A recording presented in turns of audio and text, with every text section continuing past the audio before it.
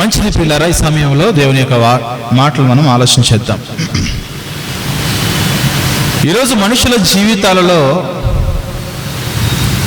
ఏం ఎక్కువైపోతున్నాయంటే single line answer కష్టాలు, శ్రమలు, శోధనలు, ఇబ్బందులు ఎక్కువైపోతున్నాయి.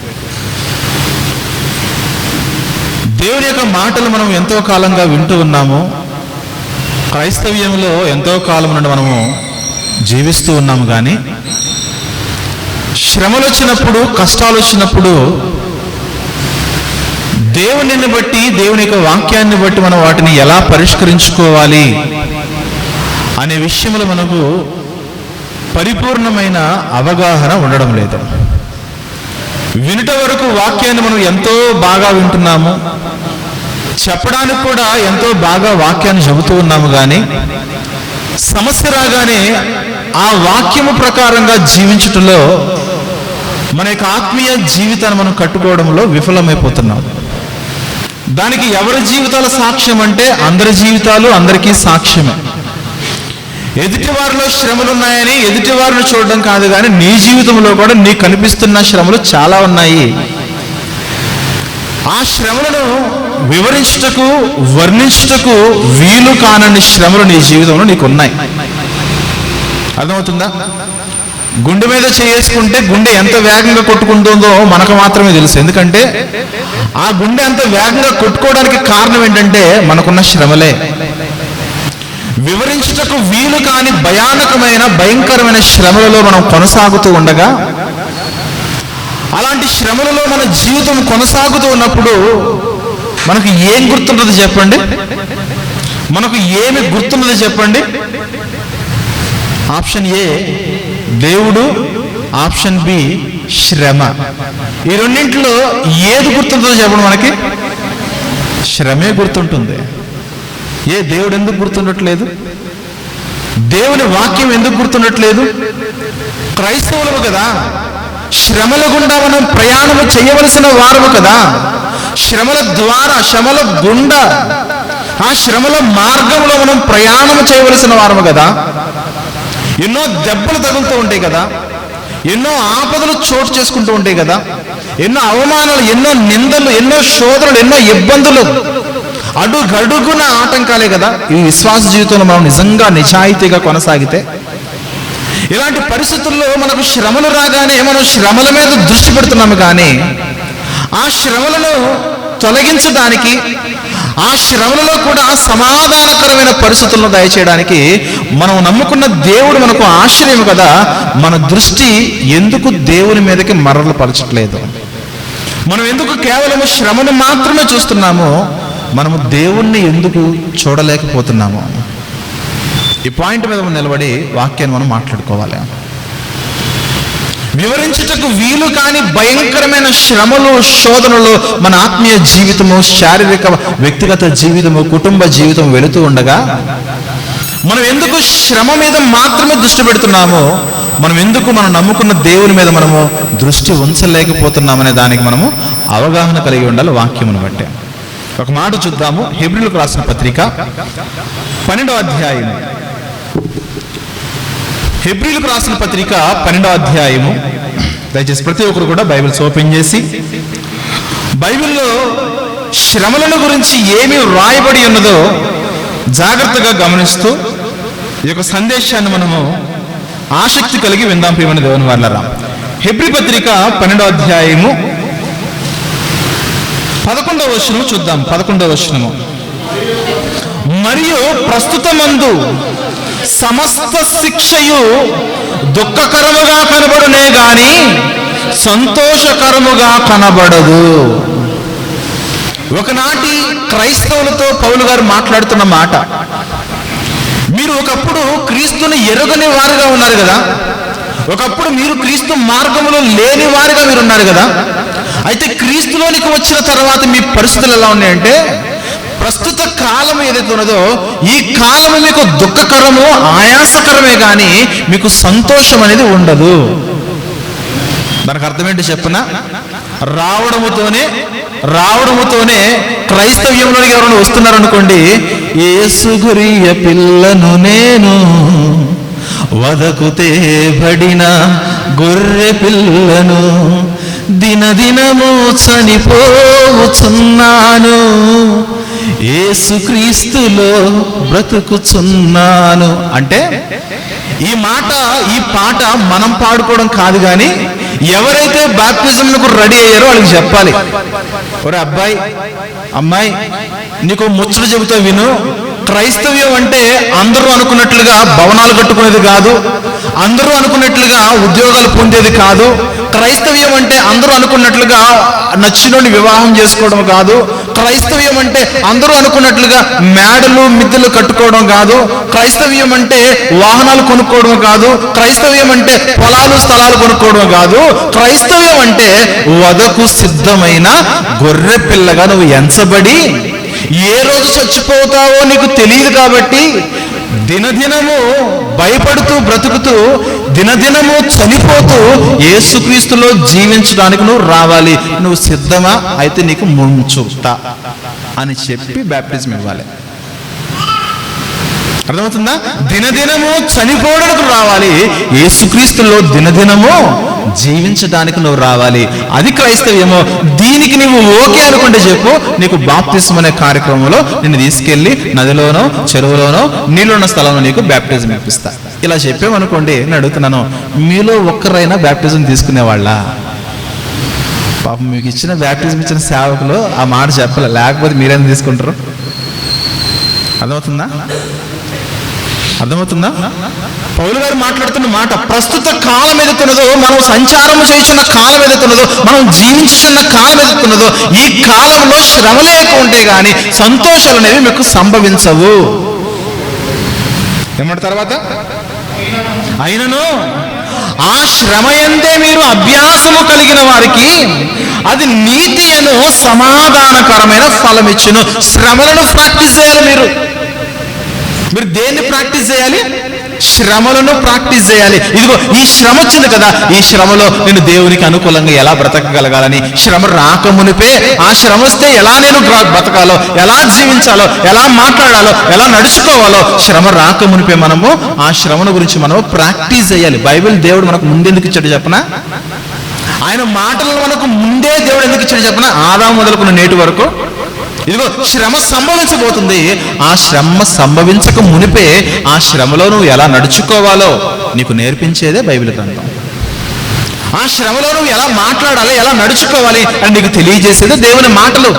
అది ఆదికాండం మొదలుకొని నేటి వరకు, అది ఏ కాలమునకైనా. అందుకే శ్రమ సంభవించినప్పుడు, ఆ శ్రమ వచ్చినప్పుడు, ఇప్పుడు అడుగుతున్నాను, వరద వచ్చిన తర్వాత ఈత నేర్చుకుంటాను కుదురుతుందా? అవునా? సముద్రంలోకి వెళ్ళిన తర్వాత ఈత నేర్చుకుంటే కుదురుతుందా? ముందు పిల్లకాలంలో నేర్చుకోవాలి.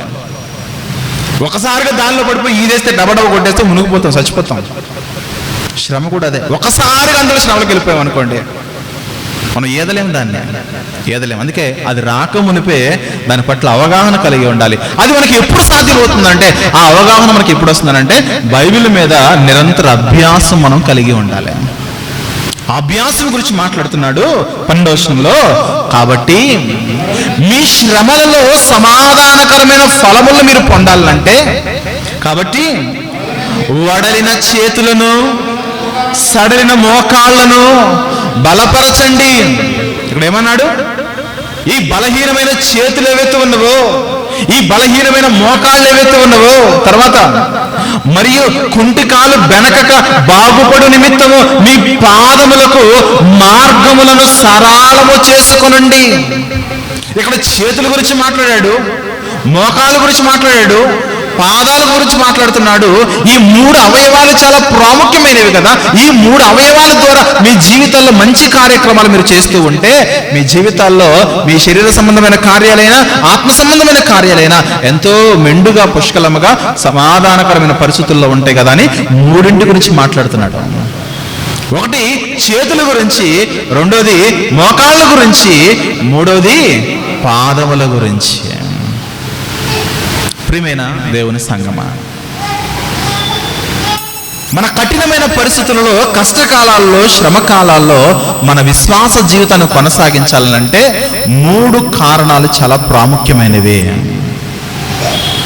వాటిలో మొట్టమొదటిదే వివరించుటకు వీలు కాని శ్రమలలో మన విశ్వాస జీవితం ముందుకు కొనసాగుతున్నప్పుడు మనం చేయవలసిన మొట్టమొదటి కారణం ఏంటో చెప్పనా? మొట్టమొదటి కార్యం ఏంటో చెప్పనా? మొదటిది యోబు గారు ఎన్నుకున్నారు. దాన్ని ఏంటో చూద్దాం ఒకసారి. యోబు గ్రంథము 23వ అధ్యాయము, యోబు గ్రంథములోని 23వ అధ్యాయము 10వ వచనం చూద్దాం. ప్రియమైన దేవుని వారలారా, యోబు గ్రంథములోని 23వ అధ్యాయము 10వ వచనం చూస్తే, నేను నడుచు మార్గము నా దేవునికి తెలియను, ఆయన నన్ను శోధించిన తర్వాత నేను సువర్ణం వలె కనబడుతును. నేను బంగారంలా దేవునికి కనబడాలంటే దేవుడు నన్ను ఏం చేస్తాడు? ఆయన నన్ను శోధిస్తాడు, ఆయన నన్ను పరిశోధిస్తాడు, ఆయన నన్ను పరీక్షిస్తాడు. పరీక్షించిన తర్వాత నేను సువర్ణముగా కనబడతాను. ఆ సువర్ణంగా నేను కనబడాలంటే శోధనను తట్టుకుని శ్రమను నిలబడి ఆ శ్రమను జయించి నేను ముందు కొనసాగాలంటే నేనేం చేయాలంటే 11వ వచనంలో, నా పాదములు ఆయన అడుగు జాడలు విడువక నడవాలి. భక్తుడు చెబుతున్న మాట, ఆపదలలో, శ్రమలలో, శోధన కాలంలో నేను తప్పిపోకుండా, తొలగిపోకుండా, తొట్టిల్లిపోకుండా నేను జీవించాలంటే నా పాదములు ఆయన అడుగు జాడలను విడువక నడవాలి. తర్వాత రెండో మాట ఏంటి చెప్పండి?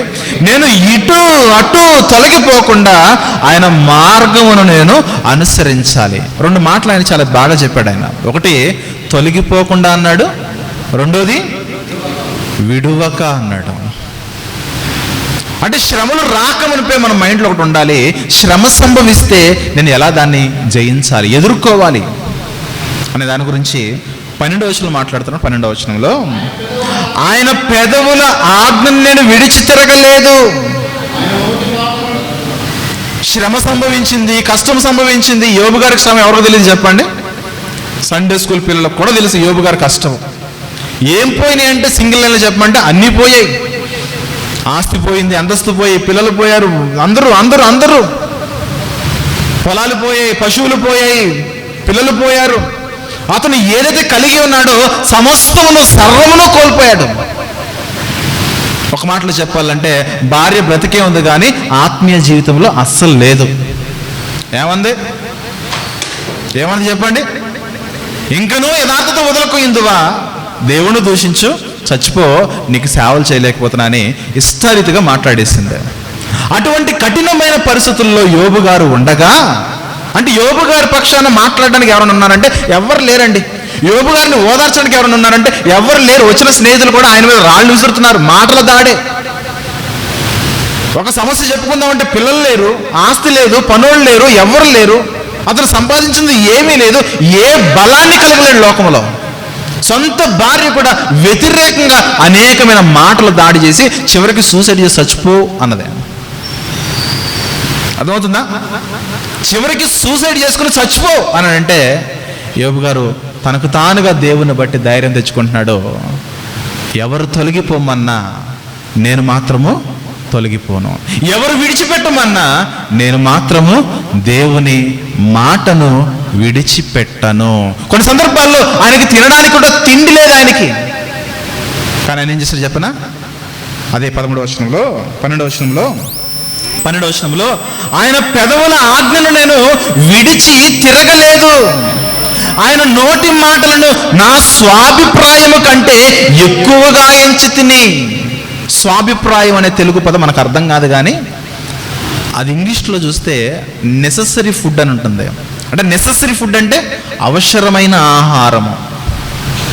ఇప్పుడు కఠినమైన పేదవాడు ఉన్నాడు, తినడానికి కూడా తిండి లేని పేదవాడు ఉన్నాడు. ఏదో ఒక రోజు ఇంత అన్నము, ఇంత పచ్చడో ఏదో దొరికింది, అది అతనికి అవసరమైన ఆహారము. అర్థమవుతుందా?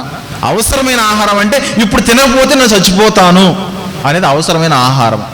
లేదండి ఇప్పుడు తినకపోయినా ఓకే, తర్వాత తినొచ్చు, తర్వాత కావాలంటే బిర్యానీ తినొచ్చు, ఒక పూట ఉపవాసం ఉన్నా పర్లేదు, సాయంత్రం బిర్యానీ తింటానంటే పర్లేదు, అది ఎక్స్ట్రా ఫుడ్, అది అన్నెసరీ ఫుడ్. అది ఈ చికెన్, మటన్ ఏవైతే ఉన్నాయో అన్నెసరీ ఫుడ్. అది లేకపోయినా కూడా నెససరీ ఫుడ్ అంటే మనం బ్రతకగలం. అవసరమైన ఫుడ్ మన శరీరానికి కావాల్సిందే. కొన్ని సందర్భాల్లో మనకు ఉంటే కనుక ఎక్కువ తింటూ ఉంటాం. అది నో ప్రాబ్లం.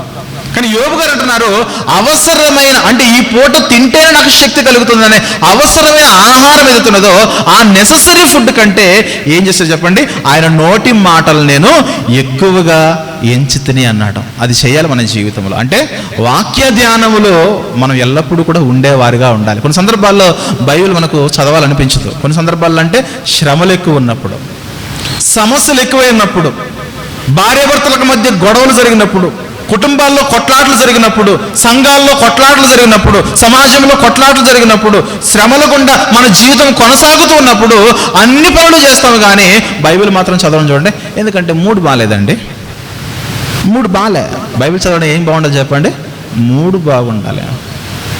బైబిల్ ఎప్పుడు చదవమని చెప్పినా, నీ బాధలలో నా దగ్గరకు రా, నీ శ్రమలలో నా దగ్గరకు రా. బైబిల్ మనల్ని ఎప్పుడు ఆహ్వానిస్తుందో చెప్పనా, నీ బాధలలో నా దగ్గరకు రా, నీ శ్రమలలో నా దగ్గరకు రా, నీ అవమానకరమైన పరిస్థితుల్లో నా దగ్గరకు రా, ఇబ్బందుల్లో నా దగ్గరకు రా, నేను నీకు సమాధానాన్ని ఇస్తానంటుంది బైబిల్. నీ వాక్యమే నన్ను బ్రతికించును, నా బాధలలో నెమ్మదినిచ్చేది వాక్యము. భక్తులకు ఆ విషయం బాగా అర్థమైందండి.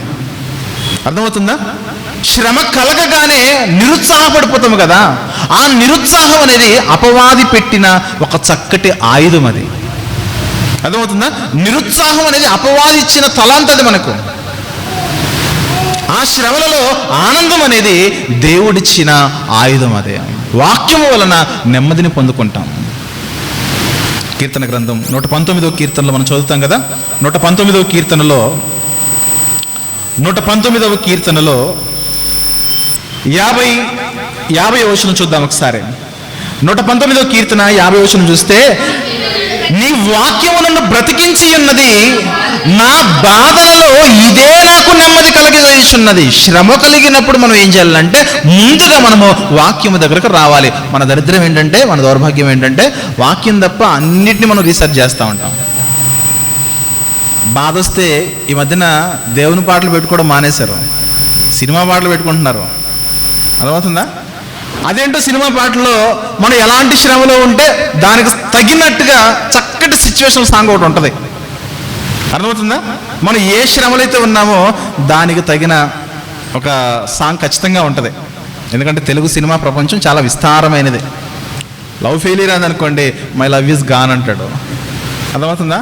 ఇంకోటి ఫెయిల్ అయింది అనుకోండి, మా వైఫ్ ఈజ్ గాన్ అంటాడు.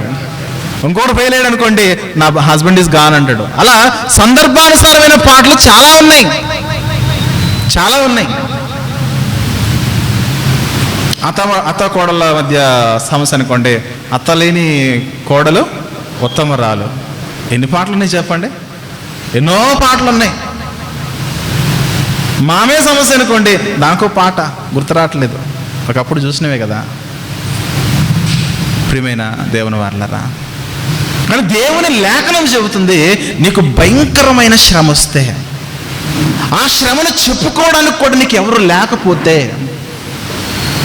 భయంకరమైన వేదన అనుభవిస్తూ ఉంటే నీ హృదయం అంతా కూడా బాధతో బరువైపోతే, అలాంటి సమయాల్లో దేవుని యొక్క వాక్యం చదివితే ఆ వాక్యము మన జీవితాలకు నెమ్మదినిస్తుంది. యోసేపు దాసుడుగా అమ్మబడెను, అతనిని చెరసాల్లో వేసేశారు, సంకెళ్ళ చేత అతన్ని గాయపరుచున్నారు, ఇనుము అతన్ని బాధిస్తే యెహోవా వాక్కు అతన్ని పరిశీలిస్తూ ఉన్నదట. యెహోవా వాక్కు అతన్ని ఎంతగా పరిశీలిస్తున్నదో అది ప్రైమరీ అయితే, ఆ దేవుని వాక్కు కొరకు ఈ యోసేపు గారు ఎంతగా పరితపిస్తూ పోతున్నాడో మనం గమనించుకోవాలి. దేవుని పట్ల ఆయన ఎంతగా ఆధారపడి జీవించాడో మనం గమనించుకోవాలి. అదే నా శ్రమలలో నాకు ఆదరణ, నెమ్మదిని ఇచ్చేది వాక్యం అంటున్నాడు. తర్వాత మాట చూస్తే 52వ వచనంలో యెహోవా పూర్వకాలము నుండి ఉండిన నీ న్యాయ విధులను జ్ఞాపకము చేసుకుని నేను ఓదార్పు నొంది తిని. బాగా చెబుతున్నా వినండి. ఈ రిఫరెన్స్ ఏదైతే ఉన్నదో బైబిల్లో చాలా చోట్ల ఉన్నది. శ్రమ కలిగితే గతాన్ని జ్ఞాపకము చేసుకోనండి, శ్రమ కలిగితే గతాన్ని జ్ఞాపకం చేసుకోనండి. గతంలో దేవుడు చేసిన ఆశ్చర్యకరమైన కార్యములు ఏవైతే ఉన్నావో, భక్తుల జీవితాల్లో కష్టాలు వచ్చినప్పుడు ఆ కష్టాలను ఏ విధంగా ఆయన అధిగమించేలా వారికి సహాయకుడై ఉండి సహాయం చేశాడో గతాన్ని జ్ఞాపకం చేసుకోనండి. పూర్వమందు తన ప్రజలకు దేవుడు చేసిన ఆశ్చర్యకరమైన కార్యములు ఏవైతే ఉన్నావో వాటిని జ్ఞాపకము చేసుకోనండి. ఎవరికి శ్రమ వచ్చినా సరే గతాన్ని జ్ఞాపకం చేసుకుంటే ఆ గతమంతా బైబిల్లో ఉంటే, గతంలో భక్తులకు శ్రమ కలిగినప్పుడు వారు ఏం చేశారో దేవుడు మనకు నేర్పిస్తారు తన వాక్యము ద్వారా. వారు ఏ విధంగా నెమ్మదిని పొందారు, ఏ విధంగా ఆదరణ పొందారు, ఏ విధంగా ధైర్యం పొందారో మనకు తెలియజేసేదే దేవుని యొక్క వాక్యం. ప్రియమైన దేవుని వారలారా, అదే కదా, పూర్వకాలం నుండి ఉండిన నీ న్యాయ విధులను జ్ఞాపకము చేసుకుని నేను ఓదార్పు నొందాను. వివరించుటకు వీలు కాని శ్రమలు, చెప్పుకోవడానికి కూడా కొన్ని సందర్భాల్లో చెప్పుకుంటే సిగ్గుచేటు అంటారు చూసారా, అలాంటి శ్రమైనా సరే నీకు పరిష్కారము దేవుని వాక్యమే. దేవుడు అంటున్న మాట, దేనిని గురించి చింతింపకూడదు కానీ సమస్తమైన విషయాల గురించి ప్రార్థన విజ్ఞాపనలు చేస్తూ యేసుక్రీస్తు వల్ల సమాధానమైన ఆ యొక్క సమాధానాన్ని మీరు పొందుకుంటారు. మీ హృదయాలకి కావలిగా ఉంటుంది దేవుని యొక్క వాక్యం. ప్రియమైన దేవుని వారలారా, గమనించాలి. కానీ ఈరోజు మీరు బాగా గమనించండి, నేను కూడా ప్రాక్టికల్గా నేను కూడా చెబుతున్నా. ఈ స్మార్ట్ ఫోన్స్ యుగం రాకముందు నేను బైబిల్ చదివింది వేరు, ఈ స్మార్ట్ ఫోన్స్ వచ్చిన తర్వాత బైబిల్ చదివింది వేరు. నేను బాగా ప్రాక్టికల్గా నేను దాన్ని గమనించిన.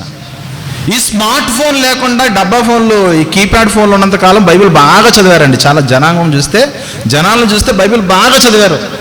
ఎప్పుడైతే స్మార్ట్ ఫోన్లు వచ్చాయో దరిద్రం ఏంటంటే, ఆ వాట్సాప్లోకి వెళ్ళి ఒక లింక్ క్లిక్ చేస్తే యూట్యూబ్లోకి వెళ్ళిపోద్ది. ఆ యూట్యూబ్లోకి వెళ్ళి ఒక వీడియో ఆన్ చేస్తే కింద ఇంకో వీడియో వస్తుంది. ఆ కిందకు వస్తే ఈ రీల్స్ వస్తాయి. ఆ రీల్స్లో ఏదో సర్ప్రైజింగ్ టైటిల్ పెడతాడు. అక్కడికి వెళ్ళామంటే అరగంట గంట అయిపోద్ది. మళ్ళీ టైం చూసుకుంటే అరే టైం అయిపోయిందా, అది ఈ టైంలో వాక్యం చదువుదాం అనుకున్నానే. అర్థమవుతుందా?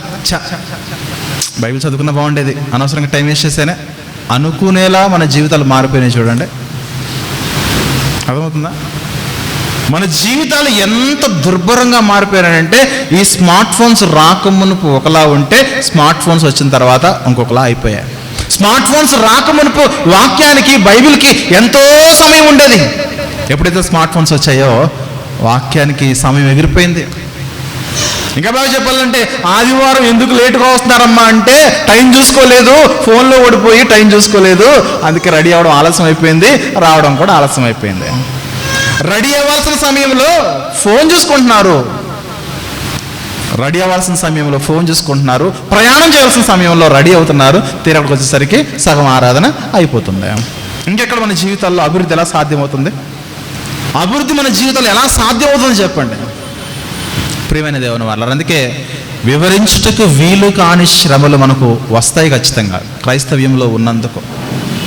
అవి వచ్చినప్పుడు మనం కృంగిపోకుండా ఉండాలంటే, ధైర్యంగా ఉండాలంటే ఆ వాక్యాన్ని మనం ఆధారం చేసుకుని వాక్యము పట్ల మనం ఎల్లప్పుడూ కూడా ధ్యానించే వారముగా ఉండాలి. అది మొదటిది. ఇక రెండవది చెప్తా వినండి. రెండవది ప్రార్థన, ఆరాధన. ఆరాధనలో పాటలు ప్రార్థన కలిపి పెట్టుకోవాలి. ఇంతకుముందు చెప్పాను కదా, శ్రమలు రాగానే రకరకాల మన సిచ్యువేషన్ తగినట్లు అనేకమైన పాటలు ఉన్నాయి. ఆ పాటలు క్రిస్టియానిటీలో కూడా ఉన్నాయి. అర్థమవుతుందా? సినిమాల్లో మాత్రమే కాదు, క్రిస్టియానిటీలో కూడా ఉన్నాయి. ఓదార్పును పొందాలంటే, ధైర్యాన్ని పొందాలంటే ఇలాంటి చక్కని పాటలు పాడొచ్చు, పాటలు వింటూ ఉండొచ్చు, ప్రార్థన చేసుకుంటూ కూడా ఉండొచ్చు. దానికి అర్థం ఏంటంటే, ఒకటి వాక్యదానం అయిపోయిన తర్వాత మన జీవితం మిగిలిన సమయము ఆరాధనలో గడపాలి. ఆరాధనలో గడపడం అంటే ప్రతిరోజు చర్చ ఉండదుగా, వ్యక్తిగతంగా కూడా మనం దేవునితో ఆరాధిస్తూ ఉండాలి, ప్రార్థన చేసుకుంటూ ఉండాలి, పాటలు పాడుకుంటూ ఉండాలి. అప్పుడే మన శ్రమల్లో నుంచి మనము విడుదల పొందుతాం. ప్రేమని దేవుని వారలారా, ఒకరోజు యేసుక్రీస్తు వారి యొక్క చివరి రోజు అదే. కొన్ని క్షణాల్లో అక్రమార్కులు వచ్చేసి పట్టుకుంటారు. ఒకడు కొడతాడు, ఒకడు తన్నుతాడు, ఒకడు ఉమ్మేస్తాడు, గుద్దుతాడు, కిరీటం పెడతాడు, ముళ్ళతో గుచ్చేసేవాడు ఉన్నాడు. ఆ తెల్లారితే సిలువ వేసేస్తారు, మేకులు కొట్టేస్తారు, సిలువను మోపిస్తారు. అవమానకరమైన పరిస్థితి, వస్త్రాలు కూడా తీసేస్తారు. భయంకరమైన పరిస్థితి. ఆ యొక్క శ్రమను ఆయన ఆల్రెడీ తెలుసు. రోమీల యొక్క కఠినమైన శిలువ మరణం ఎలా ఉంటుందో ఆయనకి. ఆ రోజు ఆయన ఏం చేస్తాడు చెప్పనా? ఏం చేస్తాడు? శ్రమ సంభవిస్తుందని ఆయనకు ముందుగా తెలుసుకుని ఆ శ్రమ సంభవించే సమయానికి ఆయన ఏం చేస్తున్నాడు చెప్పండి? ప్రార్థన చేస్తున్నాడు. అంటే శ్రమ వచ్చినప్పుడు ప్రార్థన చేయడం కాదు, అక్కడ చక్కటి పదాన్ని ఉపయోగించాడు. ఆ పదం కొరకు ఈ సందర్భాన్ని మీకు చూపిస్తున్నాను. లూకాసు వార్తలోని 22వ అధ్యాయము, లూకాసు వార్తలోని 22వ అధ్యాయము 39వ వచనం చూద్దాం ప్రియమైన దేవుని వారలారా. లూకాసు వార్తలోని 22వ అధ్యాయం 39వ వచనం చూస్తే, తర్వాత ఆయన బయలుదేరి తన వాడుక చొప్పున, ఆగండక్కడ యేసుక్రీస్తు వారు శ్రమ కలుగుతుంది కదా అని శ్రమకు వచ్చే కంటే ముందు ప్రార్థన చేయట్లేదు, శ్రమ వచ్చిన తర్వాత ప్రార్థన చేయట్లేదు. ఏం చేస్తున్నాడట? వాడుక చొప్పున, అంటే రెగ్యులర్గా ఎలాగైతే ప్రార్థన చేస్తాడో అలాగే ఆ రోజు ప్రార్థన చేస్తున్నాడు. అనుదినము ఎలాగైతే ప్రార్థన చేస్తున్నాడో, ఎలాంటి అలవాట్లు కలిగి ఉన్నాడో ఆ రోజు కూడా అలాగే ప్రార్థన చేస్తున్నాడు. వాడుక చొప్పున ప్రార్థన చేస్తున్నాడు. అంటే ఈ లోకంలో బ్రతుకుతున్న నేను క్రైస్తవుడైతే క్రైస్తవుడికి అనేకమైన శ్రమలు ఉంటాయని వాక్యం చెబుతుంది. కాబట్టి ఏదో ఒక రోజు నాకు శ్రమ సంభవించబోతున్నది. ఈరోజు బాగున్నానేమో, ఈరోజు అన్ని సమృద్ధిగా ఉన్నాయేమో, ఈరోజంతా బాగానే ఉందేమో, కుటుంబంలో సమాధానం ఉన్నదేమో, కుటుంబంలో పరిస్థితులు బాగున్నాయేమో, ఈ రోజు నా భర్త బాగానే ఉన్నాడేమో, ఈ రోజు నా భార్య బాగానుందేమో. కానీ ఒకానొక రోజున ఒకానొక సమయంలో ఖచ్చితంగా ఈ యొక్క జీవితానికి, సాఫీగా కొనసాగిపోతున్న ఈ జీవితానికి ఒక బ్రేక్ పడుతుంది. ఆ బ్రేక్ పడే సమయానికి మన స్పిరిచువల్ లైఫ్ ఎలా ఉండాలంటే వాడుక చొప్పున అన్నీ కూడా క్రమంగా జరుగుతూ ఉండాలి. ప్రార్థన, ఆరాధన, వాక్య పఠనం, వాక్య ధ్యానం అన్నీ కూడా వాడుక చొప్పున జరుగుతూ ఉండాలి. అలవాటు అవ్వాలి. అంత పెద్ద శ్రమను యేసుక్రీస్తు వారు ఎలా ఓర్చుకోగలుగుతారు చెప్పండి? అంతకుముందే శిష్యులు అన్నారు, ప్రభువా ఎవడు నిన్ను విడిచిపెట్టినా నేను మాత్రం విడవను ప్రభు అన్నాడు. ఆయన ముందు వెళ్ళిపోయాడు. అర్థమవుతుందా? ఎందుకంటే వాడుక చొప్పున అది అలవాటు లేదు. ఈ రోజు శ్రమ వస్తే దాన్ని ఎలా తట్టుకుని నిలబడాలనే అవగాహన మనకు ఉండాలి. అందుకే దేవుడు మనల్ని ప్రేమించి చెబుతున్న మాటలవే. ఈరోజు మన కుటుంబం బాగుండొచ్చు, సమాధానం ఉండొచ్చు, పరిస్థితులన్నీ బాగున్నాయి, భార్యాభర్తల మధ్య సఖ్యత అంతా బాగున్నది, ఆర్థికంగా కొంచెం బాగానే ఉన్నాం, ఆత్మీయంగా కొంచెం బాగానే ఉన్నాం, మానసికంగా ఎలాంటి సమస్యలు లేవు, అన్ని పుష్టిగా ఉన్నాయి, జీవితం సాఫీగా జరిగిపోతానండి, నాకేం ప్రాబ్లం లేదని అనుకోవచ్చు. కానీ ఏదో ఒక రోజు ఒక బ్రేక్ వస్తుంది. ఆ బ్రేక్ నీ పతనానికి నాంది పలుకుతుంది. కోలుకోలని దెబ్బ కొడతాడు సాతాను గట. ఆ కోలుకోని దెబ్బ ఏదైతున్నదో వివరించడం కూడా వీలు కానంత దుఃఖంలోనికి వెళ్ళిపోతావు. అలా వెళ్ళక ముందే దేవుడు మనల్ని ప్రేమించి చెబుతున్న మాట, ప్రియులారా గమనించండి, వాడుక చొప్పున మీరు ప్రార్థనలో ఉండాలి, వాడుక చొప్పున మీరు వాక్య ధ్యానంలో ఉండాలి, వాడుక చొప్పున మీరు ఆరాధనలో ఉండాలి. పౌలు శీలలు అంటే గాస్పెల్ స్పీకర్స్ మాత్రమే కాదు కానీ గాస్పెల్ సింగర్స్ వాళ్ళు కదా. పౌలు శీలలు అంటే ఎవరు చెప్పండి? వాళ్ళు ఎప్పుడు స్పీకర్స్ మాత్రమే కాదు, మంచి సింగర్స్ కూడా. కానీ ఎవరికి తెలియదు వాళ్ళు బాగా పాటలు పాడతారని. ఒకరోజు శ్రమ వచ్చింది. ఏ కొట్టుడు చెప్పండి? కుక్కను కొట్టినట్టు కొట్టేశారండి. తీసుకెళ్ళిపోయారు, చెరసాల్లో వేసేసారు, అనేకమైన దెబ్బలు కొట్టేశారు. చెరసాల్లో ఉంటే మనం వేసం చెప్పండి, చెరసాల్లో ఉంటే ఒక రకమైన అవమానంగా ఫీల్ అయిపోతాం. అమ్మో నా మీద ఎఫ్ఐఆర్ వచ్చేసిందే, నా మీద కేసు ఫైల్ అయిపోయిందే, నా జీవితం అంతా ఏమైపోతుందో అని ఒక రకమైన విచారము, దుఃఖంలోకి వెళ్ళిపోతాం. మన అపోస్తుల కార్యములు ఏం చేస్తారు చూడండి ఒకసారి. అపోస్తుల కార్యములు 14వ అధ్యాయంలో, అపోస్తుల కార్యముల్లోని 16వ అధ్యాయము, అపోస్తుల కార్యములు 16వ అధ్యాయము 22వ వచనం నుండి చూద్దాం ప్రియమైన దేవుని వారలారా. 22వ వచనము, అప్పుడు జన సమూహము వారి మీదకి దొమ్మిగా వచ్చెను, న్యాయాధిపతులను వారి వస్త్రములను లాగివేసి వారిని బెత్తములతో కొట్టవలని ఆజ్ఞాపిస్తే వారి వస్త్రాలు లాగేసి ఆ యొక్క ఒంటి మీద వస్త్రము లేకుండా వీపు మీద కొడతా ఉంటే, ఒక కొరడా దెబ్బ వాతలు తేలిపోతూ ఉంటే, ఒకవైపు దెబ్బలు శరీరం అంతా కూడా కమిలిపోయింది. వారు చాలా దెబ్బలు కొట్టిన తర్వాత పౌలు గారు కొన్ని సందర్భాల్లో ఆ నెంబర్ కౌంట్ చేసుకునేవాడు, ఒకటి తక్కువ 40 దెబ్బలు అనేసి. కానీ ఇక్కడ అన్కౌంటబుల్. చాలా దెబ్బలు కొట్టేశారు, శరీరం అంతా కూడా హోనమైపోయింది, కమిలిపోయింది. అలాంటి పరిస్థితుల్లో మాట్లాడుతున్నాడు. వారు చాలా దెబ్బలు కొట్టి వారిని చెరసాలలో వేసి భద్రముగా కనిపెట్టవాలని చెరసాల నాయకునికి ఆజ్ఞాపిస్తే, ఒకవైపు శరీరం అంతా హోనమైపోయింది, వస్త్రహీనత ఉన్నది, తర్వాత దెబ్బలు కనబడిపోతున్నాయి, పిచ్చుకొట్టు కొట్టేశారు, తర్వాత చెరసాలలో తోసేశారు. తోసిన తర్వాత ఏం చేస్తారు? 24వ వచనంలో, అతడు అట్టి ఆజ్ఞను పొంది వారిని చెరసాలలోనికి లోపలికి త్రోసి వారి కాళ్లకు బొండ వేసి బిగించాను. కదలడానికి వీల్లేదు, ఇక కదలడానికి వీల్లేదు, సంకెళ్ళు బొండ వేసేశారు. అంటే ఎలాంటి కఠినమైన శ్రమలో ఉన్నారో గమనించండి ఒకసారి. ఒక దెబ్బ కొడితేనే అల్లాడిపోతాం, పోలీసు దెబ్బ మామూలుగా ఉండదు కదా, ఒక దెబ్బకే అల్లాడిపోతాం. వీళ్ళని చాలా దెబ్బలు కొట్టారు, వస్త్రహీనులుగా ఉంచారు. అటువంటి పరిస్థితుల్లో వీరు ఏమాత్రం కూడా నిరుత్సాహపడకుండా, ఈ చెరసాల జీవితం మాకు శాశ్వతము కాదు, ఈ దెబ్బలు మాకు శాశ్వతము కాదు, దేవునిలో మాకు శాశ్వతం ఉందని ఎంచి ఆ దెబ్బలను పట్టించుకోలేదు, వస్త్రహీనతను పట్టించుకోలేదు, ఏ శ్రమను పట్టించుకోలేదు. కానీ వాళ్ళు ఏం చేస్తారు చెప్పండి? 25వ వచనంలో, అయితే మధ్యరాత్రి వేళ పౌలును సీలయు దేవునికి ప్రార్థించుచు కీర్తనలు పాడుచుండిరి.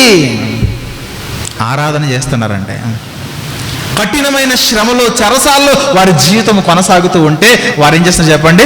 ఆరాధన చేస్తున్నారు. ఎన్ని శ్రమలు వచ్చినా మన జీవితాల్లో ఆరాధన చేయడం మాత్రం మనము మానకూడదు. ఆరాధనకి వెళ్ళడం అనే దాని గురించి మాట్లాడలేదు నేను. ఆరాధనకు రావాలి, మన ఇంటి దగ్గర ఉన్నప్పుడు కూడా ఆరాధన మనము చేస్తూ ఉండాలి. ప్రియమైన దేవుని వాళ్ళరా, అంటే పాటల ద్వారా, ప్రార్థన ద్వారా, పాటల ద్వారా, ప్రార్థన ద్వారా, పాటల ద్వారా, ప్రార్థన ద్వారా, వాక్యదానం ద్వారా మనం ఎల్లప్పుడు కూడా దేవునితో మనం సమయాన్ని గడపాలి. అప్పుడే మన జీవితంలో అభివృద్ధి చూడగలం, శ్రమలను మనము జయించగలం. ప్రియమైన దేవుని వాళ్ళరా, పౌలు గారి జీవితంలో ఒక చక్కటి సాక్ష్యం అది, ఒక చక్కటి సాక్ష్యం అది. ఎందుకంటే ఎలాంటి శ్రమ వచ్చినా సరే పౌలు గారి సాక్ష్యం అది. యేసు గొర్రె పిల్లని నేను, ఎప్పుడైనా చచ్చిపోవడానికి సిద్ధము, నేను దినదినము చనిపోతున్నాను, యేసుక్రీస్తులో బ్రతుకుచున్నాను మాట్లాడింది ఎవరు చెప్పండి? పౌలు గారే. 1 కొరింథీ 15వ అధ్యాయంలో ఆయనే మాట్లాడతారు, మహానుభావుడు. కొన్నిసార్లు అనిపిస్తూ ఉంటుంది, కొన్ని పాటలు వాళ్ళకే సూట్ అవుతాయేమో, మనకు సూట్ కావేమో అనిపిస్తూ ఉంటుంది కదా. కొన్ని పాటలు వాళ్ళకే సెట్ అవుతాయేమో, మనకు సెట్ కావేమో అన్నట్లుగా ఉంటాయి. ప్రియమైన దేవుని వాళ్ళరా, అంత ధైర్యం మనం కలిగి ఉండాలి. మొదటిది వాక్య ధ్యానంలో ఉండాలి, రెండవది ఆరాధనలో ఉండాలి. ఆరాధనలో వీళ్ళకి పాటలు, ప్రార్థన ఉన్నది ప్రియులరా. దానివల్ల వారు జయించగలుగుతున్నారు, ధైర్యంగా వారు ఉండగలుగుతున్నారు. మూడవది పరిచర్యలో ఉండాలి. మీరు విశ్వాసులైనా, బాగా చెబుతున్నా వినండి, పరిచర్యలో ఉండాలనే ఈ పాయింట్ని క్రిస్టియానిటీ పెద్దగా పట్టించుకోదు. ఆరాధనకు వచ్చాము, పాటలు పాడాము, వాక్యం విన్నాం, వెళ్ళిపోయాము, మళ్ళీ ఆరాధనకు వచ్చాము, పాటలు పాడాము, వెళ్ళాము, వెళ్ళిపోయాము, మళ్ళీ సేమ్ ఇదే వాడికైపోతున్నాం. కానీ ఒక క్రైస్తవుడిగా మనము కూడా పరిచర్యలో ఉండాలనే ఆలోచన మనకు రావడం లేదు. ప్రియమైన దేవుని వాళ్ళరా, పరిచర్య అనేది కేవలం సేవకులకు మాత్రమే కాదు, పరిచర్య ధర్మము దేవుడు అందరికీ ఇచ్చిన బాధ్యత అదే. ఎప్పుడు? శ్రమలో కూడా మనము పరిచర్య చేయాలి. శ్రమలో ఉన్నప్పుడు, నేను అన్ని బాగున్నప్పుడు చేసే పరిచర్య కాదండి నేను మాట్లాడుతున్నది, అన్ని బాగున్నప్పుడు చేసే ఆరాధన గురించి కాదు, అంతా బాగున్నప్పుడు చదివే బైబిల్ గురించి కాదు నేను మాట్లాడుతున్నది. ఇప్పుడు అంతా బాగున్నప్పుడు, అంత పీస్ ఉన్నప్పుడు చక్కగా ఎవరైనా బైబిల్ చదువుతారు, నేను దాని గురించి మాట్లాడలేదు. అంత ప్రశాంతంగా ఉన్నప్పుడు ఎవరైనా ప్రార్థన చేస్తారు, నేను దాని గురించి మాట్లాడలేదు. అంత బాగున్నప్పుడు ఎవరైనా పరిచర్య చేస్తారు, నేను దాని గురించి మాట్లాడలేదు. శ్రమలలో ఎవరు ముందుకెళ్ళగలరు? శ్రమలలో ఎవరు వాక్యాన్ని చదవగలరు? బాధలలో ఎవరు వాక్యాన్ని చదవగలరు? బాధలలో ఎవరు వాక్య ధ్యానంతో పాటు ఆరాధన చేయగలరు? బాధలలో ఉండి ఎవరు పరిచర్య చేయగలరు? బాధలలో ఉండి ఇవన్నీ చేయాలి మనం, శ్రమలలో ఉండి ఇవన్నీ చేయాలి, దుఃఖములో ఉండి ఇవన్నీ చేయాలి. అర్థమవుతుందా? అన్నీ బాగుంటే ఎవరైనా చేస్తారు, అన్ని సమృద్ధిగా ఉంటే, అన్నీ తెచ్చిపెడితే ఎవరైనా చేస్తారు. ఏమీ లేనప్పుడు చేసేదే నిజమైన, నిక్కార్సైన, ఖచ్చితమైన పరిచర్య. ఉదాహరణ పౌలు గారు, ఉదాహరణకు మంచి ఎగ్జాంపుల్ ఆయనే. ఒక శ్రమ కాదు, వెళ్ళిన చోటల్లా బట్టలు కూడా తీసి కొడతానే ఉన్నారు ఆయన. మామూలు కాదు. ఆయన వెళ్తున్నాడు అంటేనే ఇక సిటీలో అంత ఒక లా అండ్ ఆర్డర్ ఒక చక్కగా మెయింటైన్ అవుతూ ఉండేది. అప్పటి వరకు డ్యూటీ చేయనోడు కూడా ఆడికి డ్యూటీ గుర్తొచ్చేది అనమాట. ఎందుకు? లాఠీకి పని చెప్దామని. ఎవరున్నారు కొట్టడానికి? ఉన్నాడుగా ఆయన. ఏం చేస్తాడు ఆయన? అందరికీ వాకింగ్ చేస్తాడు. సో ఈ చాలు కొట్టేద్దామని ఆయన కొరకే ఎదురు చూసే సైనికులు చాలామంది ఉండేవాళ్ళు ఆయన కాలంలో. చూస్తున్నామా? ఇప్పుడు మాట చదువుదాం ఒకసారి. కొరింథీయులకు రాసిన రెండో పత్రిక 4వ అధ్యాయము 1వ వచనం చూస్తే, కాబట్టి ఈ పరిచర్య పొందినందున కరుణింపబడిన వారమే అధైర్యపడం, మేము ధైర్యంగా ఉంటామంటున్నాడు ఆయన. అంటే పరిచర్యను పొందిన మేము ఎలాంటి పరిస్థితులు మా జీవితంలో ఎదురైనా ధైర్యంగా ఉంటామే కానీ మేము ఎక్కడా కూడా బలహీనమైపోయి ఎవరి దగ్గర కూడా మేము తల వంచము.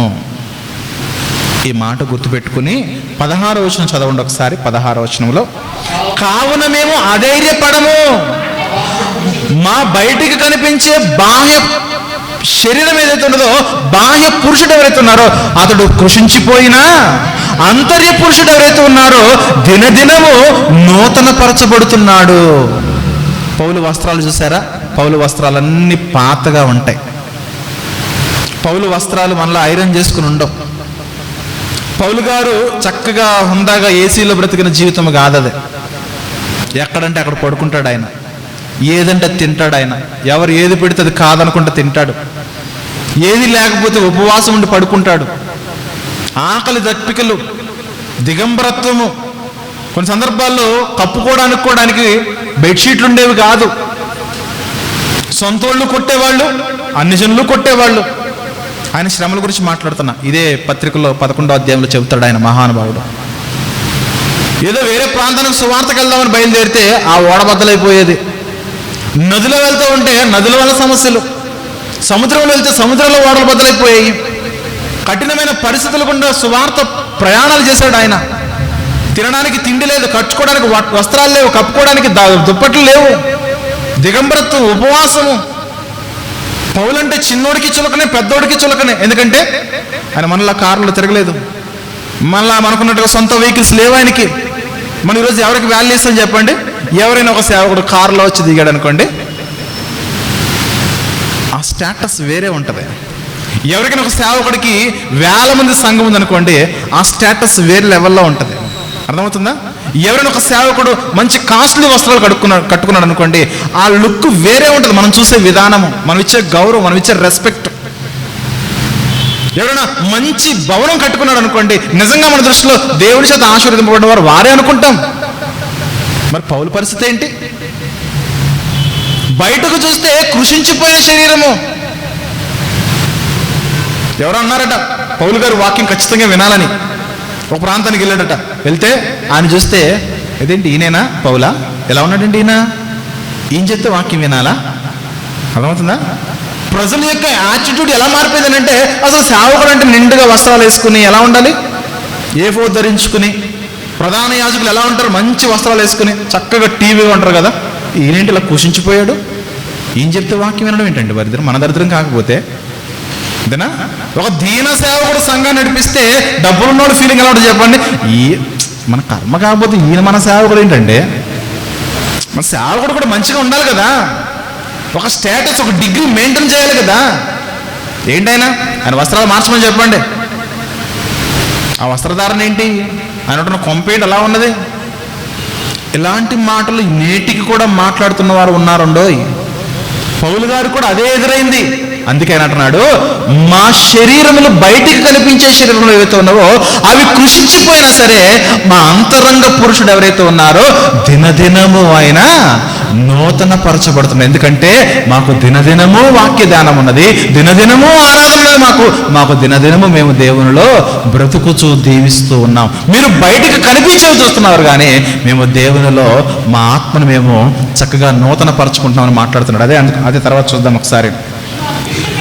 మేము దృశ్యమైన వాటిని చూడక అదృశ్యమైన వాటిని నిదానించి చూస్తున్నాము గనక క్షణమాత్రముండు మా చులకని శ్రమ మా కొరకు అంతకంతకు ఎక్కువగా నిత్యమైన మహిమ భారం అన్నాడు. అంటే మా టార్గెట్ అంతా కూడా, మా ధ్యాస అంతా కూడా పరలోకం మీద ఉంది.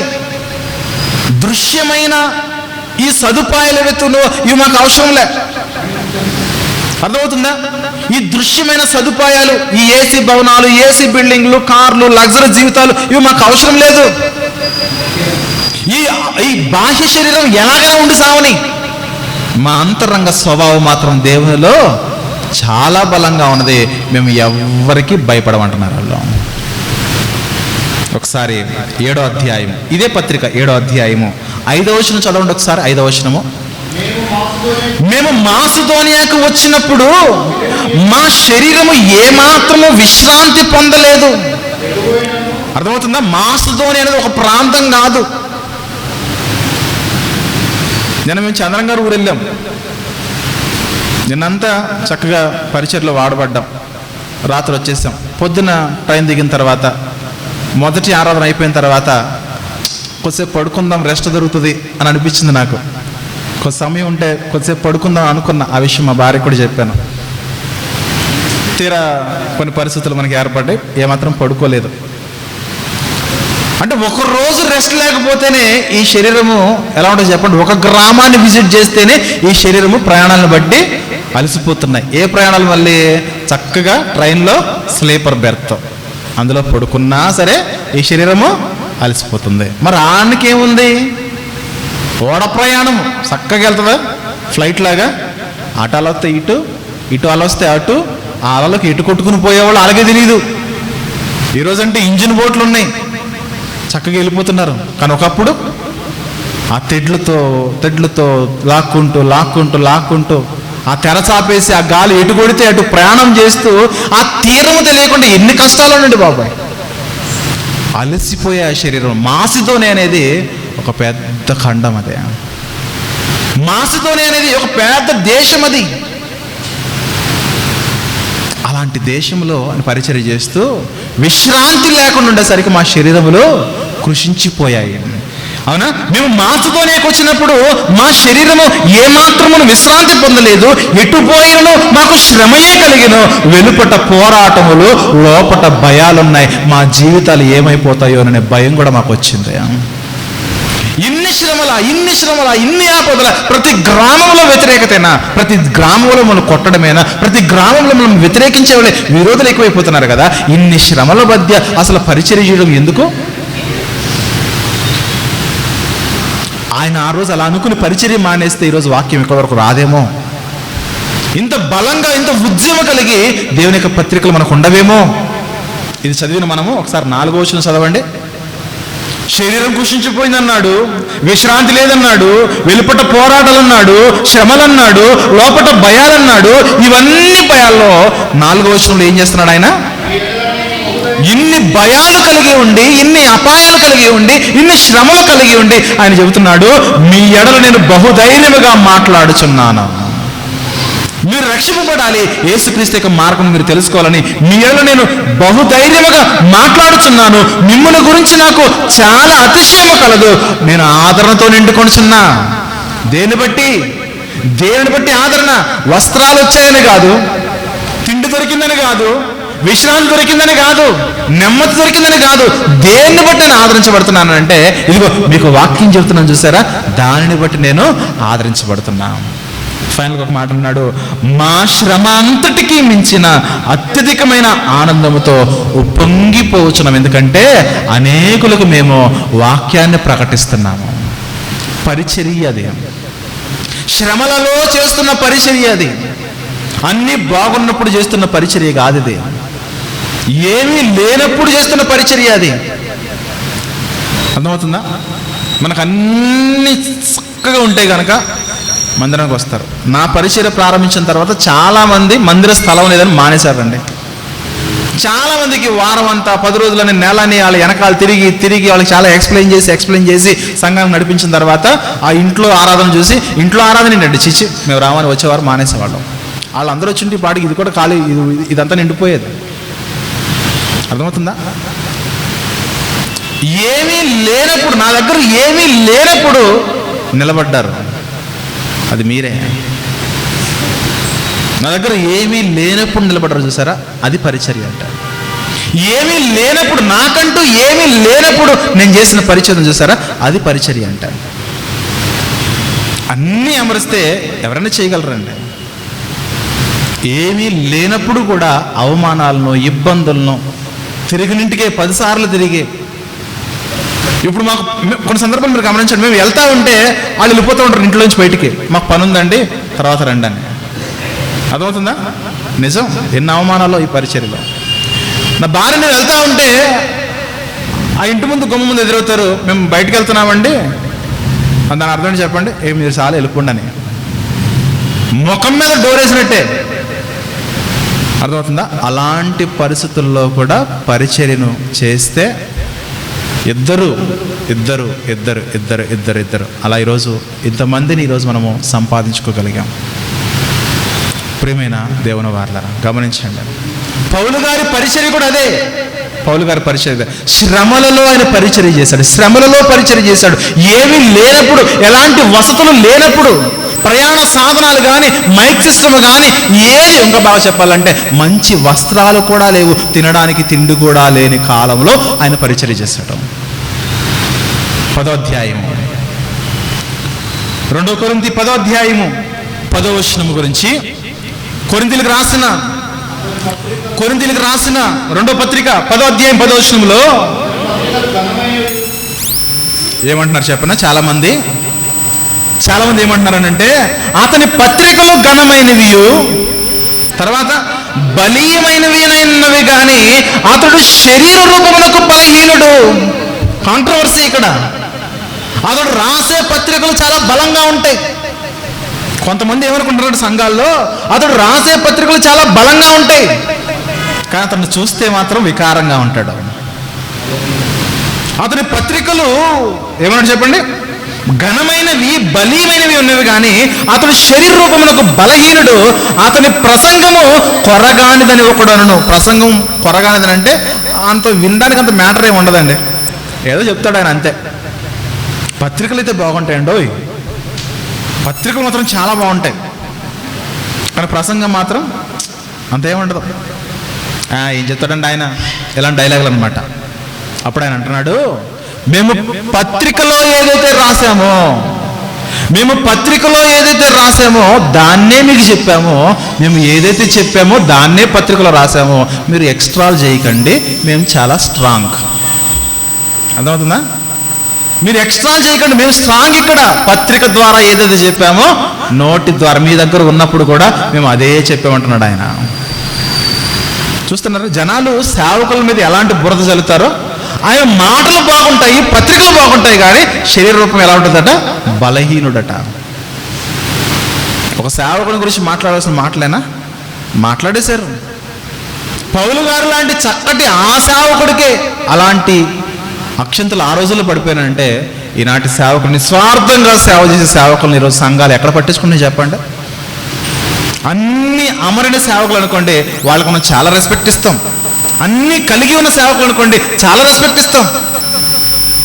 వారిని ఇంట్లోకి ఆహ్వానించే విధానము కానీ, వారికి కుర్చీ వేస్తున్నప్పుడు కుర్చీని తుడిచే క్రమము కానీ, ఆ కుర్చీలో ఒక షీట్ వేసే క్రమము కానీ, ఆ పై వస్త్రం వేసే క్రమం కానీ, టవల్ వేసేస్తారు, ఎందుకంటే డస్ట్ ఉందేమో అయ్యగారికి అంటుకోవద్దని. వాళ్ళకి ఇచ్చే వాటర్ గ్లాస్ కానీ, వాళ్ళకి పెట్టే భోజనము కానీ, వాళ్ళు ఉంచే స్థలము కానీ ఎంత హై లెవెల్లో మెయింటైన్ చేస్తారు చూడండి. అది ఒక సామాన్యమైన సేవకుడు వచ్చారు అనుకోండి, ఏమందలది. ఈ సామాన్యమైన సేవకుడు కూడా పౌలు గారు బ్యాచ్, వీళ్ళందరూ ఒకే స్కూల్లో చదువుకున్నారు. వాక్యం మాత్రం ఘనంగా ఉంటుంది, శరీరాలు మాత్రము చూడడానికి మాత్రము అంత మెయింటెనెన్స్ అంటే ఏముండదు, అంత మేకప్లు అంటే ఏముండదు. ఈరోజు సేవకులు కూడా ప్రసంగం చెప్పడానికి ముందు మేకప్ వేసుకుని వచ్చేస్తారు. ఆడవాళ్ళు కాదండి, మగోళ్ళే. అర్థమవుతుందా? మగోళ్ళే మేకప్లు వేసుకుని. మరి ఈయన పరిస్థితి చూస్తే ఎక్కడ చూసిన శరీరం అంతా కూడా వికారమే. నా పాయింట్ ఒకటే, బలహీనమైన పరిస్థితులలో కూడా మనము పరిచర్యను ఆపకుండా, మనకు ఏమీ లేనప్పుడు కూడా, శ్రమ కాలంలో ఉన్నప్పుడు కూడా మనము దేవునిలో పరిచర్యను చేయవలసిన వారమై ఉన్నాం. చివరికి ఒక మాట చూసుకుని మనం ముగించుకుందాం. గలతీయులకు రాసిన పత్రిక 4వ అధ్యాయము, గలతీయులకు రాసిన పత్రిక 4వ అధ్యాయము 13వ వచనము 14వ వచనం చూద్దాం ప్రియులారా. గలతీయులకు రాసిన పత్రిక 4వ అధ్యాయం 13వ వచనం చూస్తే, గలతీ పత్రిక 4వ అధ్యాయం 13వ వచనము, మీరు నాకు అన్యాయం చేయలేదు. మొదటిసారి మీ యొద్దకు వచ్చినప్పుడు శరీర దౌర్బల్యము కలిగినను నేను సువార్తను మీకు ప్రకటించుతానని మీరు ఎరుగుదురు. మొదటిసారి మీరు మీ దగ్గరకు వస్తే నాకేమీ లేవు, వస్త్రాలు కూడా సరిగా లేవు, ఆకలి దప్పికలు, దిగంబరత్వము, ఒక వస్త్రం ఒంటి మీద ఉంటుంది, ఇంకొక వస్త్రం దండి మీద ఉండేది. అలాంటి పరిస్థితులు నావి. కప్పుకోవడానికి కూడా బెడ్షీట్ ఉండేది కాదు, తినడానికి కూడా తిండి ఉండేది కాదు. అలాంటి పరిస్థితుల్లో మీ దగ్గరకు వస్తే మీరు నన్ను అంగీకరించారు, అవునా? మొదటిసారి శరీర దౌర్బల్యమో కలిగినను నేను సువార్త మీకు ప్రకటించదని మీరు ఎరుగుదురు. అప్పుడు నేను సువార్తను ప్రకటిస్తున్నప్పుడు అప్పుడు నా శరీరంలో మీకు శోధనగా ఉండిన దానిని బట్టి, అర్థమవుతుందా పౌలు గారి భాష? నా శరీరంలో మీకు శోధనగా ఉండిన దానిని బట్టి సంగమ మీరు నన్ను తృణీకరింపలేదు. అక్కడున్న శోధనని చెప్పనా? ఆయనకి ఏమీ లేవు, అదే శోధన. అంటే ఇతగాడికి ఏది లేదు, ఇతడు మాట వినాల్సిన అవసరం ఏముందని ఈరోజు చాలా మంది ఏమీ లేనోడు మాట ఎవరు వినరు. ఏమీ లేని సేవకుడు ఇతను చెబుతున్నాడు అనుకోండి, గొప్ప గొప్ప విషయాలు చెప్పినా ఎవరు వినరు. అదే అన్నీ ఉన్నోడు చెబితే చిన్న విషయం చెప్పినా బాగా హైలైట్ అయిపోద్ది. అర్థమవుతుందా? ఎన్నో గొప్ప గొప్ప ప్రసంగాలు చెప్పాం మనం, మన దగ్గర ఏది లేదు కాబట్టి మన ప్రసంగాలు అంత పెద్ద హైలైట్ అవ్వవు, జనాల్లోకి వెళ్ళవు. అది ఏమీ అన్నీ కలిగి ఉన్నవాడు కనుక చిన్న విషయం చెప్పాడు అనుకోండి ఎంత ఫాస్ట్గా స్ప్రెడ్ అయిపోతుంది. చూడండి ఇక్కడ సంఘము, గలతీ సంఘము పౌలు గారిని, ఆయనకి ఏమీ లేని స్థితిలో సంఘంలోకి వెళ్ళినప్పుడు ఆ సంఘం ఆయన్ని ఆదరించింది. ఎవరి వల్ల ఆదరించింది? అవునా? నా శరీరంలో మీకు శోధనగా ఉండిన దాన్ని బట్టి నన్ను మీరు తృణీకరింపలేదు, నిరాకరింపలేనను లేదు, కానీ దేవుని దూత వలనను క్రీస్తు యేసు వలనను నన్ను అంగీకరించి సంగమా అది చేయాలి. మీ దాసుడు దీనుడైతే, ఏమీ లేనివాడైతే దాన్ని బట్టి ఏమీ లేనోడు కదా అని ఇష్టానుసారమైన సెటైర్లు వేయకండి, జాగ్రత్తగా మాట్లాడండి, జాగ్రత్తగా నడుచుకోనండి. మాట్లాడే విషయంలో రెస్పెక్ట్. మీ సేవకుడి దగ్గర ఏది లేకపోయినా సరే దేవుడు మీ సేవకుడితో ఉంటాడు. ఏది లేదు కదా తృణీకరించకండి. ఇక్కడ ఏవి లేవు కదా, సరైన వసతులు లేవు, కుర్చీలు లేవు, ఏది లేవు, సౌండ్ సిస్టమ్ లేదు, అది లేదు, వెళ్ళిపోయాడు చాలా మంది ఉన్నారు. కానీ గలతీ సంఘం పౌలు గారికి ఎలాంటి ఆదరణ ఇచ్చిందనంటే, నా అంతరంగ శరీరం సరిగా లేకపోయినా ఇది నాకు మీరు శోధనగా భావించకుండా నన్ను మీరు తృణీకరించకుండా దగ్గరకు చేర్చుకున్నారు, అందుని బట్టి దేవునికి మహిమ అంటున్నాడు. దానికి అర్థం ఏంటంటే అన్ని శ్రమల్లో ఉండి కూడా ఆయన పరిచర్య ఆయన ఆపలేదు. అన్నీ ఉన్నప్పుడు అందరూ ఏదైనా చేయగలరు, ఏది లేనప్పుడు చేసే వాక్య పఠనమే నీ బాధలకు నెమ్మదినిస్తుంది. ఏది లేనప్పుడు నువ్వు చేస్తున్న నీ దుఃఖములో, శ్రమలో ఉన్నప్పుడు నువ్వు చేస్తున్న ఆరాధనే నీకు నెమ్మదినిచ్చేది. ఏది లేనప్పుడు శ్రమలలో ఉన్నప్పుడు నువ్వు చేస్తున్న పరిచర్య నిన్ను మరింత ఉన్నతమైన పరిస్థితుల్లో దేవుని సన్నిధిలో, దేవుని సముఖంలో ఉన్నతముగా ఆయన రాజ్యంలో నువ్వు ఎత్తబడతావు ప్రియమైన దేవుని వారలారా. కాబట్టి అన్నీ ఉన్నప్పుడు సంతోషమే, ఏమీ లేని పరిస్థితుల్లో కూడా మనము దేవుని యొక్క వాక్యమును కానీ, ఆరాధన కానీ, పరిచర్యను కానీ మనం వదలక నిత్యమైన సన్నిధిలో ఘనముగా వాడబడాలి ప్రియులారా. Thank you very much. ఇలా మాటలు ముగిస్తున్నాను. దయచేసి